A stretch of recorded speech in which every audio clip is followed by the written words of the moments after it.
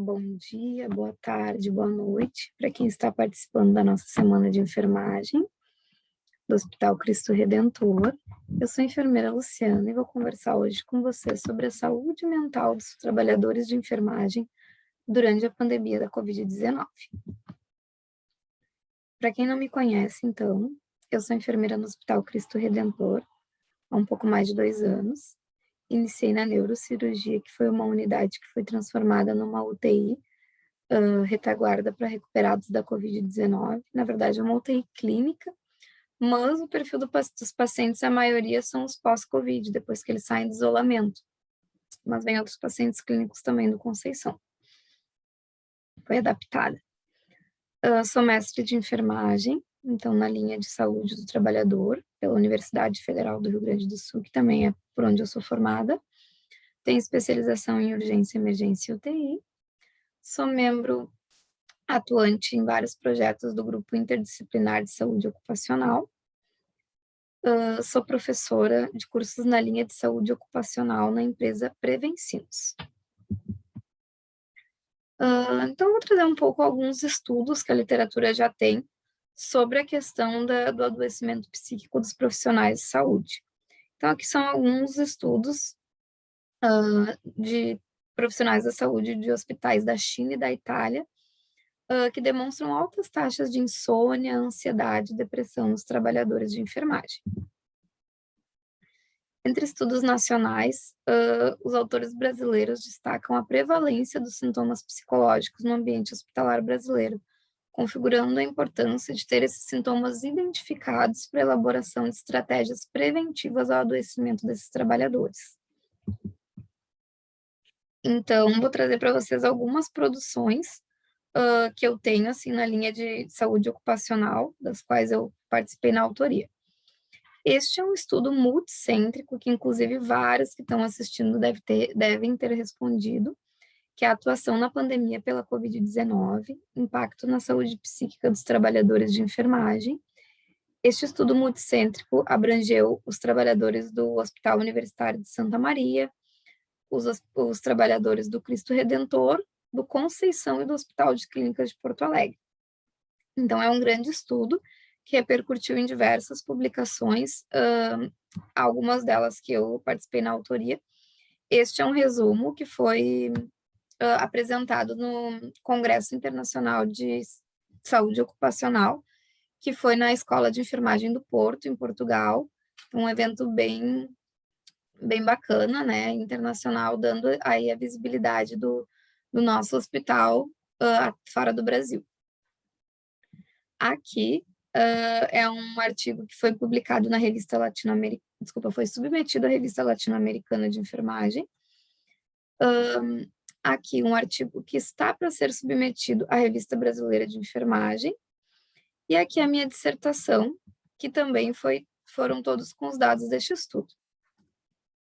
Logo, eu pretendo apresentar os resultados dessa pesquisa para vocês, assim que forem publicados os materiais. Então, vamos falar agora da Covid-19 e da questão do SARS-CoV-2. SARS-CoV-2 é o vírus que causa a doença chamada Covid-19. Então, em dezembro de 2019, aumentaram os casos de pneumonia na China. Foram isolados, então, as secreções dos pacientes, dos doentes. Foi descoberta uma nova cepa de coronavírus. Então, temporariamente, foi denominada nCoV-2. nCoV 2019. N de novo, CoV de coronavírus e 2019 do ano que iniciou os sintomas. Esse foi um nome temporário. Este era o terceiro surto, então, de coronavírus notável nos últimos anos. Primeiramente, teve, em 2002, o surto de SARS, que é Síndrome Respiratória Aguda Grave, surgiu em 2002, e depois, em 2012, Síndrome Respiratória do Oriente Médio, MERS. Todos eles são causados por um tipo de coronavírus. Ao analisar as amostras genéticas, 70% de similaridade da sequência genética foi encontrada entre o vírus atual, né, que é o nosso SARS-CoV-2, com aquele lá de 2002 da síndrome respiratória aguda SARS lá da China. Então, por este motivo, o nosso vírus ele recebeu esse nome de SARS-CoV-2, porque já existiu o SARS-CoV antes, 1, né? E agora seria o SARS-CoV-2. Então, o nome é de Síndrome Respiratória Aguda Grave do coronavírus, que é a tradução do inglês. 2, porque é a segunda vez que aparece, né? Nessa sequência genética. A doença Covid-19, então, inicialmente, achava-se que o vírus era transmitido por contato animal, em relação, né, ao mercado atacadista de frutos do mar do Wuhan. Quem não conhece, lá eles vendem animais tanto vivos quanto mortos para consumo humano. Então, entre eles, cobra, sapo, escorpião, porco, crocodilo. Então, animais que não são da nossa cultura culinária. Só que no início de janeiro, a OMS acabou reportando um caso de uma mulher de 35 anos que testou positivo para coronavírus sem histórico conhecido de contato com animais silvestres ou de visita ao mercado de frutos do mar, levando-se a pensar que não eram os animais que causavam, né, essa doença. Então, a linha do tempo do nosso Covid-19, em 1º de dezembro de 2019, então esse aumento de casos de pneumonia na China. Em 8 de dezembro de 2019, as amostras apontavam para um novo coronavírus. Em 1 de 2 de 2020, a doença recebeu o nome de Covid-19. A gente destaca, né, que foi padronizado pela Organização Mundial da Saúde com letras minúsculas. O CO vem de corona, o V de vírus, o D de doença e o 19 é do ano que iniciaram os sintomas. Em 25 de fevereiro de 2020, aconteceu o primeiro caso no Brasil. Em 11 de 3 de 2020, foi decretado pandemia pela Organização Mundial de Saúde, e desde então a gente vem enfrentando aí superlotações do serviço de saúde e o maior colapso sanitário e hospitalar já visto aqui no Brasil. Trouxe o panorama, tá? Do início de maio. Então, 151.517.785 casos no mundo, culminando em 3.182.915 óbitos, repercutindo numa letalidade de 2,1%. Isso aqui é a taxa global, tá? No nosso mundo inteiro. Dados no Brasil, 14.665.962 casos, resultando em 404.287 óbitos e uma letalidade de 2,7%.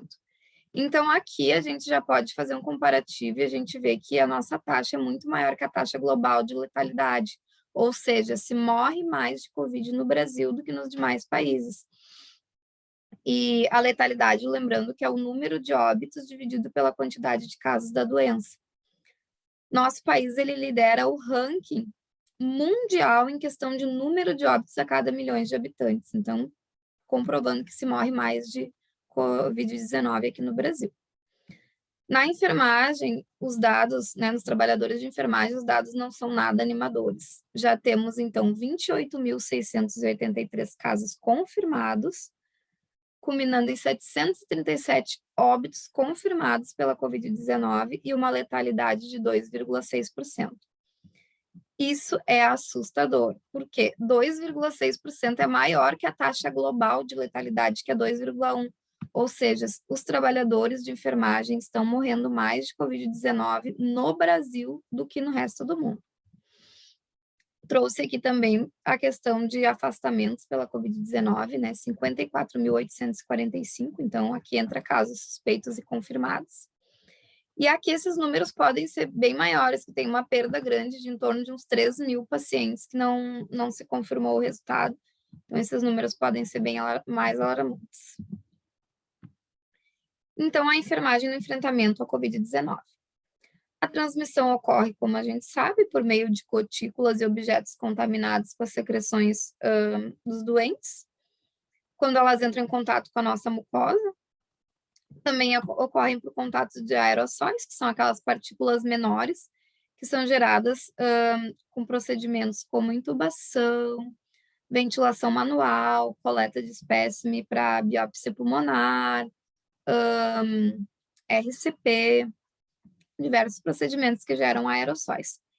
Essas questões tornam a enfermagem bem mais exposta, porque os aerossóis normalmente são gerados intra-hospitalar. Muito raro, assim, só por uma SAMU, que vai ventilar um paciente nascendo, alguma coisa assim, que vai acontecer um aerossol extra-hospitalar. Então, a enfermagem está sempre presente quando os aerossóis são gerados. E os aerossóis, eles ficam suspensos no ar por longas distâncias de tempo, eles podem se locomover porque eles são partículas bem pequenas, né? 5 microns. Também a questão da nossa assistência, né? Prestada em contato direto com o doente, então a gente precisa tocar, passa mais tempo à beira-leito do que qualquer outra profissão. No momento da fase aguda da doença, que os pacientes se encontram com altas cargas virais. E os estudos trazem que a questão do paciente com altas cargas virais, ele pode contaminar indivíduos mesmo com sistema imunológico saudável, que é o caso dos trabalhadores. A questão dos EPIs indisponíveis ou inadequados, a questão da reutilização, que já foi bem pior, né, no início da pandemia, agora está mais equilibrado. Sofremos também com a questão dos novos protocolos, né, uma doença inédita, pouco estudada, a fisiopatologia ainda não está bem definida. A questão dos testes insuficientes. No momento, a gente vive uma questão que, pelo menos aqui em Porto Alegre, a gente consegue testar todos os trabalhadores suspeitos, mas no início da pandemia, não sei se vocês lembram, que a gente não conseguia, por falta de testes, e no Brasil também tem escassez na maioria dos estados. Então, os trabalhadores sofrem com isso também. Então, quais repercussões diretas, então, da Covid-19 na saúde psíquica dos trabalhadores? Previamente à Covid-19, a gente já trabalhava num ambiente estressor, laborando dia após dia, em contato direto com adoecimento, morte, sofrimento dos pacientes e familiares, sem teto salarial estabelecido, e algumas vezes as nossas condições de trabalho e remuneração são bem precárias, dependendo da instituição que se trabalha e dependendo do Estado brasileiro. Na Covid-19, tudo piorou, né? Essas questões que já eram ruins, elas vieram à tona. Cargas horárias mais extensas, então, o que tinha lá, se conhecia na CLT, foi estendido, né? Autorização para fazer 18 horas, fazer 12, vários dias seguidos. Então, os profissionais sofrem com cansaço. Mudanças na rotina, seja por troca de setor, seja por receber colegas de concursos aí que são emergenciais, que não conhecem as rotinas da instituição. Questão do aumento da criticidade do trabalho, sem ter, assim, uma fisiopatologia, um tratamento bem estabelecido na literatura. Então, tudo muda todo dia. Protocolos sobre autoproteção mudam todos os dias. Sobrecarga de trabalho, já trabalhamos com bastante trabalho braçal, né? E agora os pacientes, quando ficam graves, mais difícil ainda mobilizar, porque a gravidade também é da parte respiratória. Normalmente não tolera mudança de decúbito, ou tem que ser feito pronagem, que quando a gente prona o paciente ali, demanda bastante do trabalho braçal da enfermagem. E a questão de falta de treinamento, que já é um problema também bastante crônico da enfermagem, e piorou bastante com a pandemia. Entre mais algumas repercussões, então, que a Covid-19 tem. Medo de contrair a doença ou contaminar seus familiares, ansiedade quanto às informações imprecisas, então todo dia tudo muda, né? Tudo é novo. Angústia quanto à disponibilidade de assistência médica. Caso eu adoecer, vai ter leitos. Caso meu familiar adoecer, ele vai poder ser internado, vai ter leitos para ele. Luto pela perda de pacientes e colegas. O profissional da saúde, previamente à pandemia, era extremamente valorizado nas comunidades, nas famílias, e atualmente ele é estigmatizado. Por exemplo, eu ouvi relatos de alguns trabalhadores, também li em estudos, de falta de rede de apoio para cuidado com os filhos, porque os familiares que antes ficavam com os filhos, tu trabalha com Covid-19, então eu não vou ficar com o teu filho, que pode acontecer dele ser portador do vírus. A insuficiência também de dimensionamento de pessoal, isso também já é um problema bastante crônico da enfermagem, que também se exacerbou na pandemia. Então, sem equipe suficiente, sem staff suficiente para uma paramentação e desparamentação adequada, em tempo adequado, em vezes adequadas, acaba ocasionando que o funcionário tenha restrição de necessidades fisiológicas, como tomar água, ir ao banheiro, ficando longas horas dentro do quarto dos doentes por causa da questão da paramentação, causando adoecimento físico por rebaixamento da imunidade, né? Não se alimenta bem, não se hidrata, não vai ao banheiro, né? Cistite aí, segura a urina. E repercutindo também na saúde mental. A questão do isolamento social, apesar de afetar, afetar mais a comunidade, repercute bastante nos trabalhadores no ambiente profissional. Então, a questão de diminuição de serviços importantes, como comércios, distribuição de alimentos, escolas e creches, acaba diminuindo, né, causando uma escassez de rede de apoio para cuidado com os filhos, fazendo com que os profissionais mantenham-se continuamente preocupados, tanto pela falta de quem cuide dos filhos, quanto aos itens essenciais do dia a dia, né? Atualmente, tudo é um estresse. Entrar numa farmácia é um estresse, porque é lotado, tem fila para tudo, as pessoas não respeitam o distanciamento, os corredores são estreitos, a gente tem que esperar, então tudo mudou, né? Tudo mudou e mudou para pior, então tudo isso vai repercutindo no adoecimento psíquico. Também a questão da privação de atividades de lazer, que antes auxiliavam nós, como trabalhadores, a desopilar do ambiente estressor da nossa prática profissional. A questão do distanciamento ainda, a restrição da liberdade, ela gera uma insegurança, né? Estudos trazem que o sentimento de confinação e solidão pode aumentar o estresse e a ansiedade, ocasionando preocupações com a própria saúde. Então, o profissional, qualquer sintoma que ele tem, ele acha que ele está com Covid, e como ele está em isolamento, ele tem medo de procurar o sistema de saúde para, né, para não se expor. O profissional também se mantém bastante preocupado com a saúde dos familiares, por não poder ir visitar, conferir se está tomando os remédios. Os familiares também já não têm tanto acesso ao sistema de saúde, porque como os sistemas de saúde estão superlotados, eles não conseguem abraçar também a demanda dos problemas crônicos que acabam se agudizando, né, por falta de acesso ao sistema de saúde. A questão de alterações no sono, nos padrões alimentares, dificuldades de concentração, piora de problemas crônicos de saúde, como eu falei para vocês, seja por falta de acesso, seja por falta de apoio, também piora da condição mental. O aumento de consumo de tabaco, álcool e outras substâncias também, a literatura traz bastante que o distanciamento causa. Então, como a gente resolve tudo isso? A gente já vê que o quadro é bem assustador, né? Temos bastante questões que trazem um adoecimento psíquico. Mas como resolver isso tudo? Então, primeiramente, o que nós, trabalhadores, precisamos entender? Primeira coisa, profissional de saúde sente medo, insegurança, angústia frente às incertezas da pandemia, e a tua preocupação é pertinente, é normal em relação ao contexto pandêmico. Todos nós, no momento, estamos sentindo medo, impotência, e o estresse e o medo não significam que você não é capaz de desenvolver o seu trabalho. Então, eu acho assim, sensacional essa frase, e eu quero reforçá-la com vocês. Então, ter estresse, ter medo, né, não vai te incapacitar, é normal. A gente tem que aceitar isso, a gente tem que entender.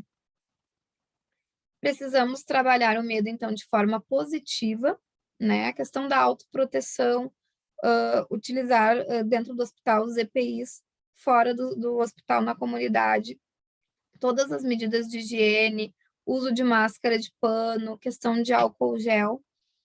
Outra coisa importante para se entender, a proteção do próximo é importante, mas não é sua responsabilidade. Eu tenho visto muita culpabilidade entre os profissionais de enfermagem, relato dos colegas, vejo nos estudos também, nas pesquisas que eu acompanhei, dos profissionais se culpando muito por um familiar que não aceita usar máscara e brigando com a família, perdendo o vínculo familiar por conta disso. Cabe a nós, como profissionais, fazer essa educação em saúde, explicar o risco. Cabe. Cabe a nós explicar que o autocuidado é para todos. Com certeza, essa função educadora cabe a nós. Mas, se a pessoa não usa, não adianta brigar e não adianta ter isso como culpa. Isso vai gerar um sentimento de culpabilidade mesmo, que a gente vai carregar, e intriga entre a família, diminuindo a rede de apoio e o vínculo familiar. Então, você deve se autoavaliar quanto à sua saúde física. Então, aquele trabalhador que é grupo de risco, né, deve consultar com o médico, confirmar a condição, se ele deve continuar na função que ele está, ou se ele precisa ser remanejado para outro setor, ou enfim, afastado. Se ele é do grupo de risco aí, se ele é imunossuprimido por qualquer motivo, seja uma gestante, seja um diabético ou hipertenso não tratado, um cardiopata grave.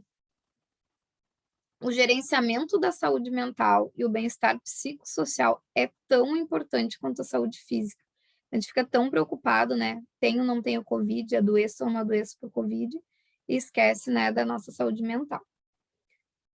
Também precisamos entender que buscar ajuda não é errado e nem demonstrativo de fraqueza. Pelo contrário, é algo para se orgulhar.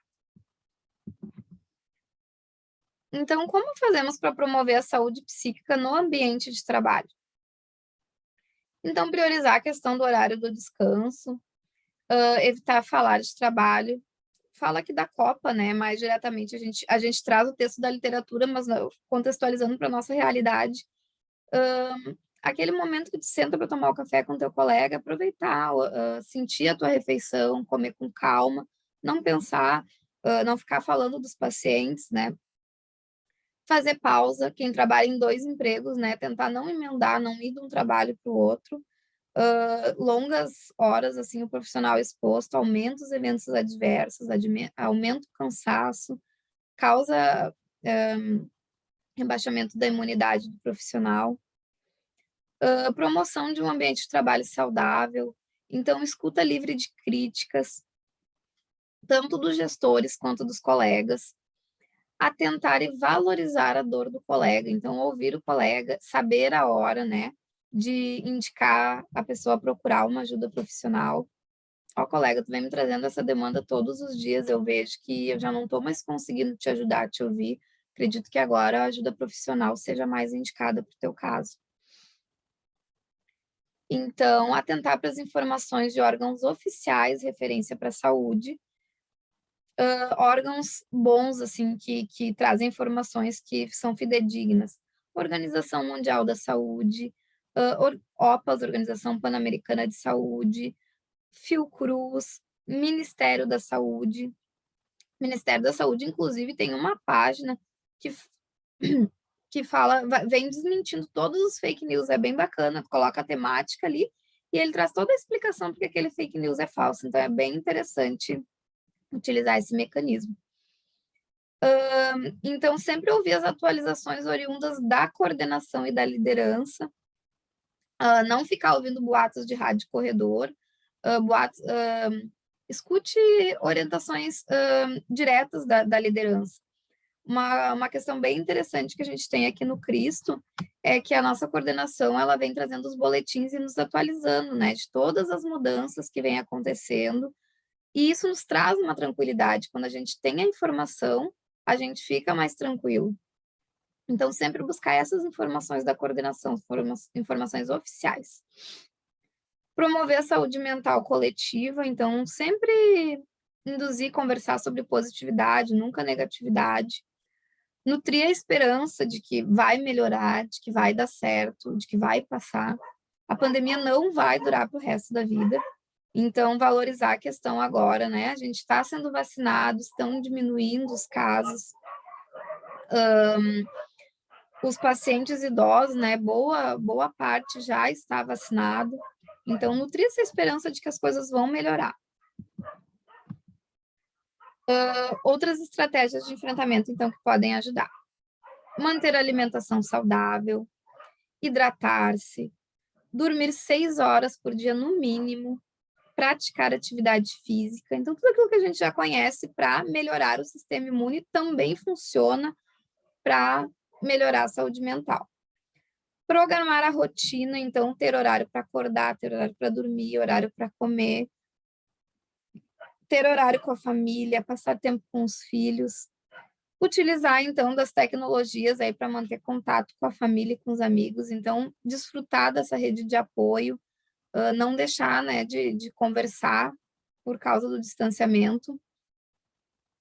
Então, essas estratégias de enfrentamento, elas devem ser aplicadas diariamente. Então, todos os dias a gente tem que estimular essas práticas.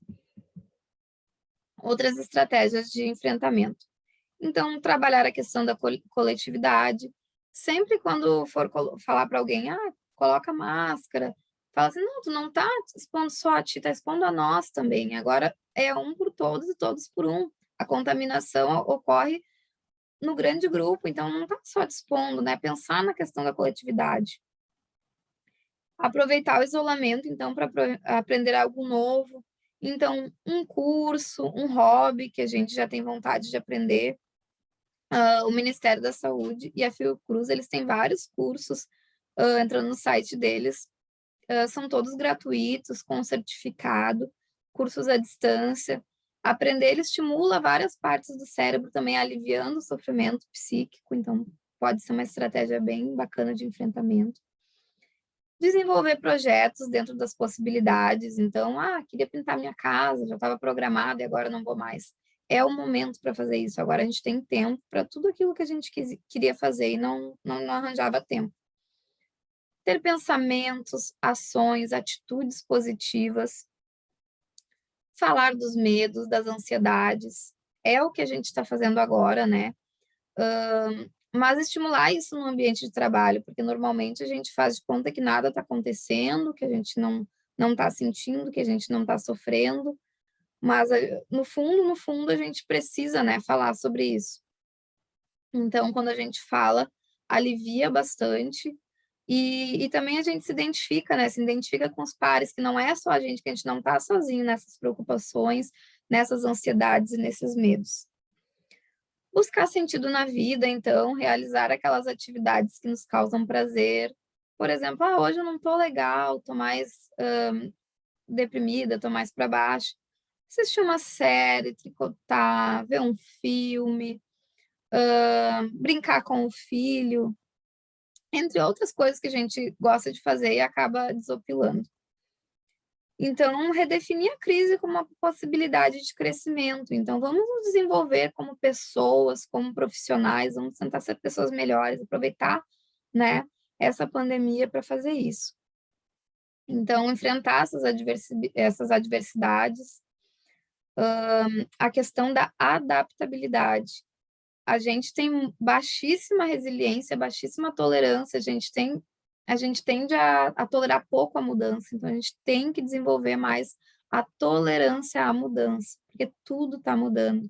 Nosso trabalho está mudando, nossa saúde está mudando, o sistema social está mudando, então a gente tem que desenvolver essa tolerância. Devemos evitar, então, para a questão do adoecimento psíquico. O excesso de informações, então, ficar 24 horas por dia pesquisando na internet sobre pandemia, sobre redes sociais, sobre o que a rede social está falando sobre a pandemia, os grupos de WhatsApp que trazem sobre filtrar. É informação de órgão oficial ou não é? Se não é, então, vamos deixar passar, vamos ver o que os órgãos oficiais dizem, né? Então, vamos ressignificar todo o conteúdo de acesso. Questão do fake news, né? Antes de compartilhar algo, vamos ver se aquilo é verídico, né? Se realmente tomar água de 15 em 15 minutos vai me fazer prevenir de Covid. Vamos para a internet ver se isso tem um embasamento científico. Que nem eu falei para vocês, o Ministério da Saúde lá oferta uma página só sobre fake news, mas também dá para pesquisar na própria internet, né? Sobre prevenção da doença na Organização Mundial da Saúde, também tem várias publicações do que é mitos e realidades. Aumento do consumo de álcool e tabaco, então devemos evitar. Vários estudos trazem que aumentou muito o consumo na pandemia, né? Pela questão da evasão comportamental, questão de relaxamento, mas isso não ajuda, traz danos tanto psíquicos quanto orgânicos, né, para a gente, deixa a gente mais exposta ao Covid, e é uma estratégia temporária para aliviar o sofrimento, porque vai só mascarar aquele sofrimento naquele momento e depois não vai te trazer um resultado a longo prazo. A questão da automedicação, que os estudos trazem que são altíssimos os níveis de automedicação na enfermagem, e agora, por conta da pandemia, aumentou principalmente os psicotrópicos. Então, isso é bem relevante. Evitar sair de casa, né? Sair só quando for estritamente preciso. Evitar também alimentar o sentimento de medo. Então, não ficar procurando coisas para... Ai, será que isso é verdade? O fulano comentou, vou procurar para ver se é verdade. Ficar sofrendo, combinando ali aquele medo. E evitar as preocupações com o futuro. A gente não sabe, né? O futuro é incerto, querendo ou não, mas não adianta eu me preocupar. Eu me preocupar não vai mudar o futuro. Então, esperar acontecer, vai passar, já está passando, né? Já está melhorando com a questão da vacinação. Então, ter paciência, ter calma e não se preocupar. E se eu realmente estiver em sofrimento psíquico? Então, o que eu devo fazer? Conversar com amigos e colegas, buscar desenvolver uma resiliência, então tentar se adaptar, né, para aquele sofrimento que eu estou sentindo. Procurar conversar com o gestor, ter uma conversa franca, né, dizer o que está sentindo, o que aquilo combina no dia a dia, o que repercute nas atividades que tu realiza, se tu está apresentando algum risco, né, de agressão, de autoagressão, de heteroagressão, de agressão aos pacientes, ou algum risco até de não prestar assistência necessária, né? Uma conversa franca sobre a questão do sofrimento, para que o teu gestor possa fazer os encaminhamentos adequados e te ajudar. Às vezes, até a própria conversa com o gestor já alivia o sofrimento. Fortalecer, então, a rede de apoio, falar com familiares, amigos, colegas de trabalho. Utilizar plataformas de serviço de psicologia, tem diversas online aí, gratuitas para os profissionais da saúde, então é só colocar na internet o serviço de psicologia para profissionais de enfermagem, tem diversos acompanhamentos. E não retardar a busca por ajuda. Pode repercutir em danos seríssimos, inclusive altos índices de suicídio têm aparecido na pandemia dos profissionais de enfermagem. Então, não retardar a busca de ajuda. E como a gente faz para buscar ajuda, além das plataformas que eu citei há pouco? O COFEN, ele oferta escuta especializada 24 horas a profissionais de enfermagem. Então, é só acessar ali o site do COFEN. O chat online, ele fica disponível no canto inferior direito. Então, abre uma janelinha aqui, que está escrito assim, se precisar de ajuda, clique aqui. Aí, tu clica e tu pode conversar com profissionais. São enfermeiros voluntários especializados em saúde mental, então eles estão prontos para te ouvir, te ajudar e te dar esse apoio, né, na questão emocional. No site Juntos contra o Coronavírus também tem esse ícone com a janela da escuta da saúde mental. E no Hospital Redentor, Cristo Redentor, como a gente busca ajuda? Via encaminhamento de saúde do trabalhador, passamos pelo médico do trabalho, então é o Dr. Luiz, acredito que seja, que ele nos encaminha para o serviço de psiquiatria do Conceição e também para o serviço de psicologia do Cristo, se ele achar pertinente. Além disso, passamos para o assistente social, normalmente a Ana, que pode nos encaminhar para o serviço de psicologia.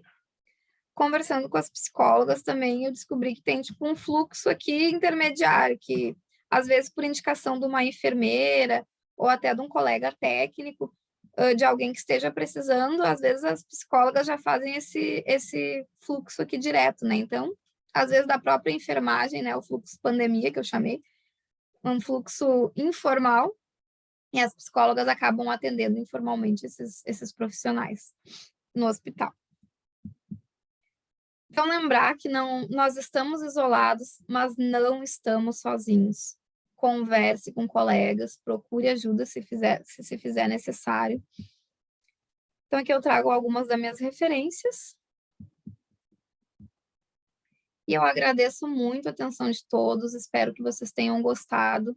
Espero que essa conversa tenha sido, né, a porta de abertura para que vocês possam fazer essas práticas no seu dia a dia, conversar, né, fomentar essas discussões no ambiente profissional de vocês. E aqui fica o meu e-mail, caso vocês precisem, tenham alguma dúvida. Desde já agradeço.